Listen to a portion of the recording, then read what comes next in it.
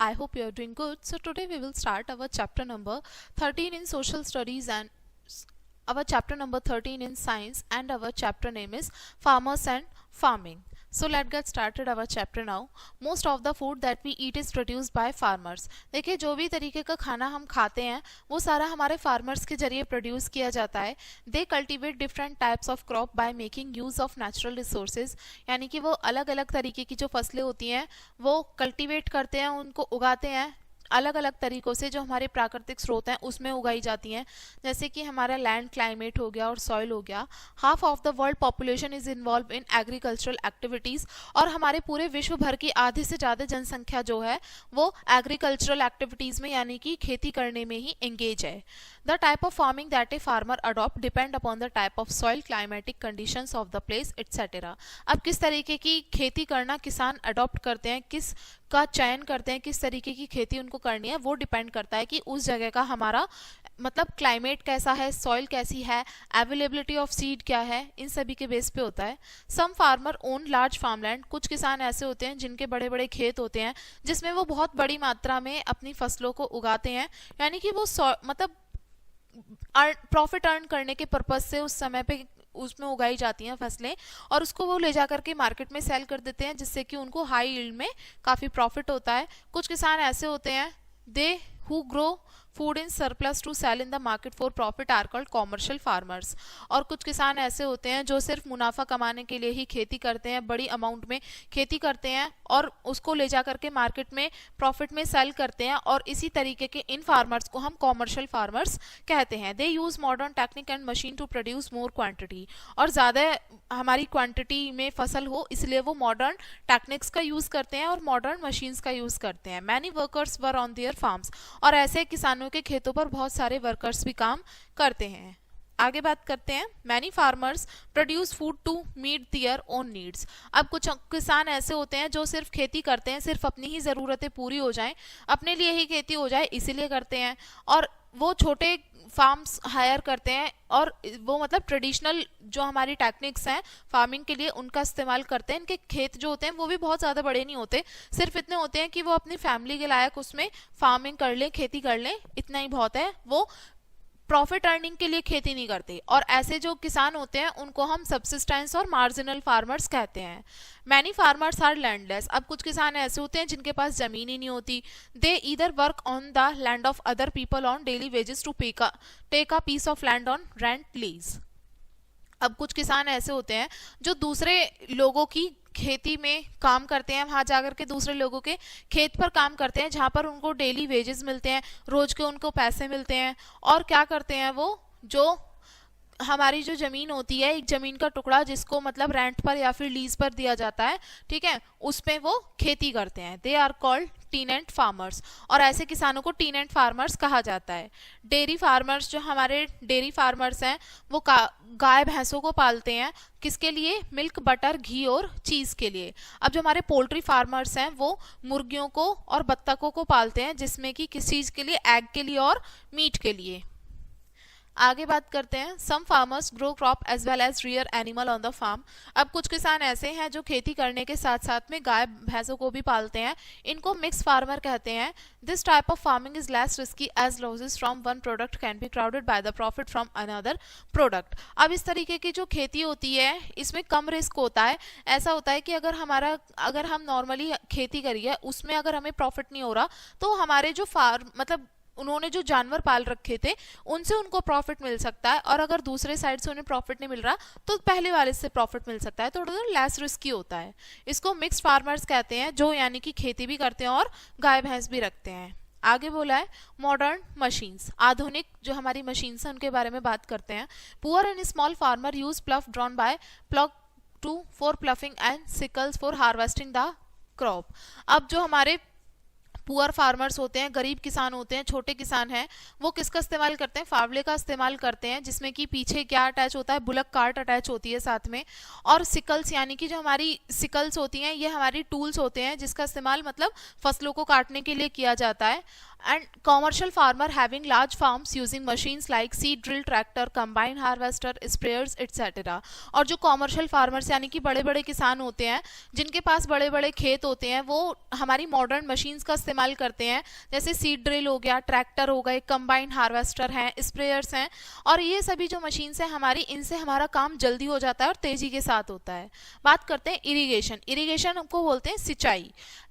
Irrigation is watering the crop through artificial means. Irrigation का मतलब होता है फसलों में पानी देना आर्टिफिशियल तरीके से, यानी कि जो हमारी ट्यूबवेल्स हो गई, वेल्स हो गई, ड्रिप इरिगेशन सिस्टम हो गया, इनके जरिए खेतों को पानी देना, ये इरिगेशन में ही आता है।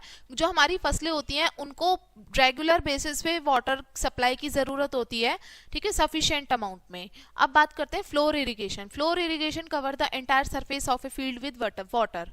अब जो हमारा फ्लोर इरिगेशन है उसका मतलब ये होता है कि हमारा जो हमारा खेत है वो पूरी तरीके से पानी से भरा हुआ होता है।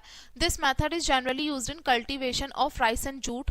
और इस तरीके का जो मेथड होता है ये चावल की जब हम फसल उगाते हैं या फिर जूट की फसल उगाते हैं उसके लिए चाहिए होता है, क्योंकि ये दोनों क्रॉप्स ऐसी हैं जिसमें हमें काफ़ी सारी अमाउंट में वाटर चाहिए होता है। इसमें हमें कॉन्टिन्यूस वाटर सप्लाई चाहिए होती है हार्वेस्टिंग टाइम तक। बात करते हैं फ्यूरो इरिगेशन। फ्यूरो इरिगेशन का इस्तेमाल किया जाता है उन फसलों के लिए जो कि रोज में लगाई जाती हैं। रोज यानी कि लाइन से लगाई जाती हैं, जैसे कि हमारी मेज हो गई, कॉटन एंड पोटैटोज हो गए। The farmer plant seed in the ridges between the furrow और डिचेस। अब जो फार्मर्स होते हैं वो किस तरीके से बीज लगाते हैं, या तो वो रिजेस में लगाएंगे और जो फ्यूरोज होते हैं उनके बीच में लगाएंगे। As water enter the furrows it seep in the ridges. अब जैसे जो हमारा वाटर होगा वो फ्यूरोज के बीच में जाएगा और वो नीचे रिजेस तक, वहां तक जड़ों तक पहुंच जाएगा। बात करते हैं sprinkler irrigation. Sprinkler irrigation is used where large areas to be water with less quantity of water. अब ये उस जगह पे इस्तेमाल किया जाता है जहाँ पर काफ़ी बड़ा एरिया है और उसमें हमें ज़्यादा क्वांटिटी में वाटर नहीं देना, थोड़ी क्वांटिटी में ही चाहिए होता है, तो वहाँ पर हम स्प्रिंकलर इरिगेशन का इस्तेमाल करते हैं।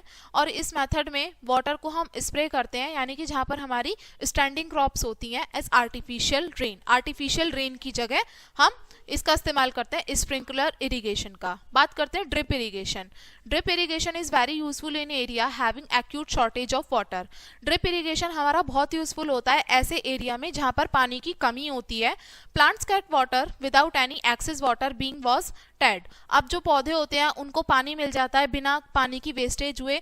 ये फायदेमंद इसलिए होता है क्योंकि इसमें जो हमारा फसलें होती हैं उनको पानी मिलता रहता है और इसमें पानी की ज़्यादा वेस्टेज भी नहीं होती। Small amount of water trickle into the soil with the help of mechanical devices. Mechanical devices के जरिए जो वाटर होते हैं उसमें स्मॉल वाटर ट्रिकल्स के जरिए पानी मिट्टी तक पहुंचता रहता है। बात करते हैं manure and fertilisers. Fertiliser and manure must be applied to the soil to maintain its fertility. मिट्टी की उर्वरता को बनाए रखने के लिए उसको हमें क्या करना होता है, फर्टिलाइजर और मैन्योर भी ऐड करने होते हैं।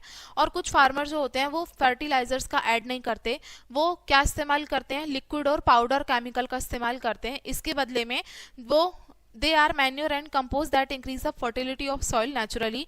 इसके बदले में जो हमारी मैन्योर यानी कि प्राकृतिक गोबर से बनी हुई जो खाद होती है वो ज़्यादा अच्छी होती है, जिससे हमारी मिट्टी की जो उर्वरता होती है वो प्राकृतिक रूप से ही बढ़ जाती है। Manure come mostly from farm animals. और मैन्योर हमें कहाँ से मिलती है, जो फार्म एनिमल्स होते हैं उनके जरिए मिलती है, क्योंकि वो जानवरों को पालते हैं और वहाँ से हमें खाद मिल जाती है। The farming in which only natural fertilisers like manure and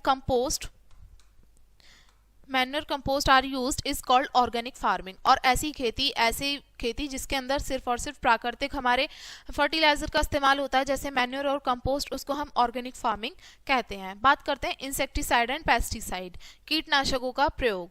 farmers use pesticide and insecticide to protect the crop from insect and pest. अब कीड़े मकोड़ों से इनसे रक्षा करने के लिए अपनी फसलों की इंसेक्टिसाइड और पेस्टिसाइड का, कीटनाशकों का इस्तेमाल किया जाता है। ये बहुत ही जहरीले केमिकल्स होते हैं जिसको बहुत ज़्यादा केयर के साथ में ही इस्तेमाल किया जाना चाहिए। अगर हम ज़्यादा केमिकल का इस्तेमाल कर देते हैं तो इससे हमारी जो मिट्टी होती है वो उसकी फर्टिलिटी ख़त्म हो जाती है। इतना अच्छा हमें रिजल्ट मिलना चाहिए था फसल का, उतना नहीं मिल पाता। And These chemicals may also enter the food chain and harm animal as well as humans। अब इंसानों के साथ में ये अगर हम ज़्यादा इस्तेमाल कर देते हैं इसका, तो एनिमल्स के साथ में हमें भी बहुत ज़्यादा नुकसान देखने के लिए मिलता है और साथ में फूड चेन भी डिस्टर्ब हो जाती है हमारी। बात करते हैं food habit in different places.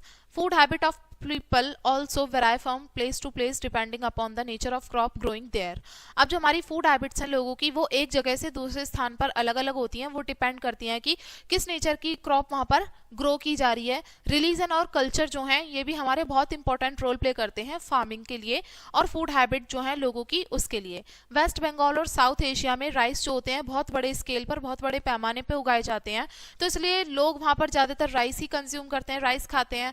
बहुत सारी साउथ इंडियन डिशेस जो हैं वो भी चावल से बनाई जाती हैं, जैसे कि डोसा, इडली, उत्पम, ये सभी राइस से बनने वाली कुछ डिशेज हैं. इन कोस्टल एरियाज जो हमारे तटीय इलाके हो गए जैसे केरल और गोवा, वहाँ पर फिश जो होती हैं अच्छी मात्रा में उपलब्ध हो जाती हैं, जिस वजह से चावल और फिश हो गई वहाँ का मेन स्टेपल फूड आइटम हो गया. अब कोकोनट जो होते हैं यहाँ भी अच्छी मात्रा में उगाए जाते हैं, तो इसलिए बहुत सारे फूड आइटम्स में कोकोनट का भी इस्तेमाल किया जाता है और बहुत सारा अधिकतर जो उनका खाना होता है वो कोकोनट ऑयल में भी इस्तेमाल होते हैं. यानी कि कहने का मतलब है वहाँ के लोग जो है कोकोनट ऑयल को एज अ एडिबल ऑयल इस्तेमाल करते हैं.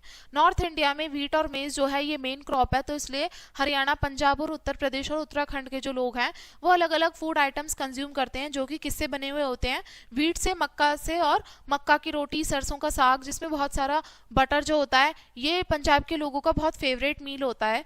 इन राजस्थान में मिलेट्स जो होते हैं बहुत अच्छी मात्रा में ग्रो होते हैं, तो इसलिए बाजरे की रोटी यहाँ का फेमस फूड आइटम है. Gujarat and Maharashtra groundnut are sown, so people use nut in most of their dishes. अब गुजरात और महाराष्ट्र में जो मूंगफली होती है वो ज़्यादा अच्छी मात्रा में होती है, इस वजह से वहाँ के जो लोग हैं वो नट्स का इस्तेमाल ज़्यादातर अपने खानों में करते हैं, अपनी डिशेस में करते हैं और ग्राउंडनट ऑयल का इस्तेमाल करते हैं कुकिंग के लिए. अब यहाँ पर नीचे आपको कुछ स्टेट्स दिए हैं और वहाँ के कुछ ट्रेडिशनल फूड आइटम्स दिए हैं, समझते हैं. पहले बात की गई है पंजाब की, तो पंजाब का ट्रेडिशनल फूड है मक्का की रोटी एंड सरसों का साग. राजस्थान का फूड आइटम है दाल बाटी चूरमा एंड बाजरे की रोटी. गुजरात का फूड आइटम है ढोकला, थेपला एंड पोहा. वेस्ट बंगाल का फूड आइटम है rice, fish curry and rasgulla. North eastern states का है momos, wonton and थुपका.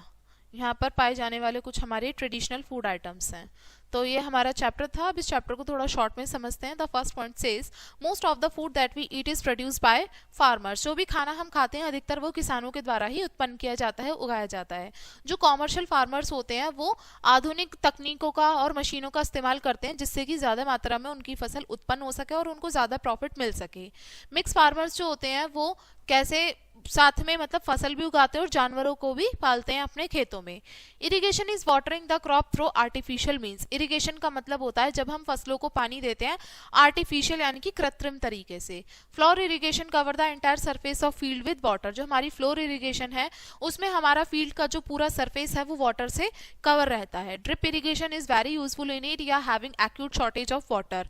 Drip irrigation जो है ऐसे एरिया में बहुत यूजफुल होती है जहाँ पर पानी की काफ़ी कमी होती है, जहाँ पर हमें ज़्यादा पानी चाहिए होता है, कम मतलब बहुत ज़्यादा जगह में हमें थोड़ा पानी चाहिए होता है ज़्यादा, तो वहाँ पर हम ड्रिप इरिगेशन का इस्तेमाल करते हैं. तो ये हमारा चैप्टर था एंड आई होप आपको लेसन समझ में आ गया होगा. वीडियो को यहीं पे एंड करेंगे इसी लेसन के साथ में एंड थैंक्स फॉर वॉचिंग.